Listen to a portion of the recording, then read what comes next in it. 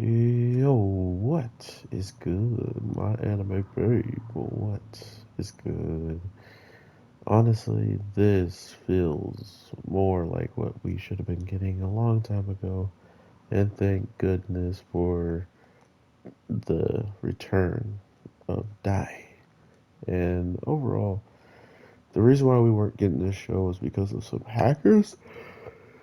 Not only did they ruin it for One Piece, they ruined it for this show as well. So, yeah, people are pretty frustrated with that. Which they rightfully should be. Like, we had to miss out on things just because some people wanted to do what it is they wanted to do, which, let's not even talk about it anymore. This week's episode was heavy. I don't know if I would have been prepared. Uh, I think I would have been a little bit more prepared for whatever came. Watching it consistent and not stopping. This felt abrupt. This felt like because I stopped. Oh, I'm dead. Because I stopped watching, it hit that much harder, right? Like the first episode back, and it's a villain we've been kind of hating coming through and showcasing his humanity to the point where he's crying and praying to someone that he has never prayed to before ever, and somehow some way it ends up being the one thing that brings that salvation to him and saves Pope, which I kind of felt like there had to be a way to save him.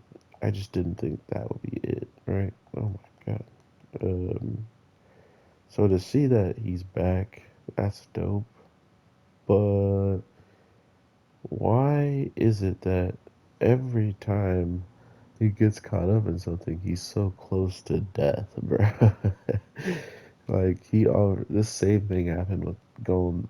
Wow, the same thing happened with Dai's father to the point where, I actually thought he was gonna be gone for a little bit. I was like, bruh, that's Pope is out of here. And then, of course, what happens?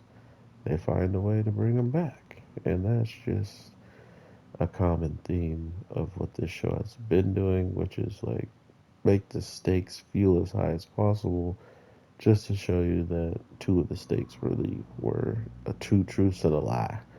And this was still impactful, I'm not gonna lie. I had a really enjoyable time with this week's episode. It just honestly felt like something had to happen because Pope has reached such a level of power and, change from what we've seen him to be that it would be kind of like criminal to kill off his character, in my opinion, because he's gotten so far just for it all to be like wiped away would have been pretty messed up.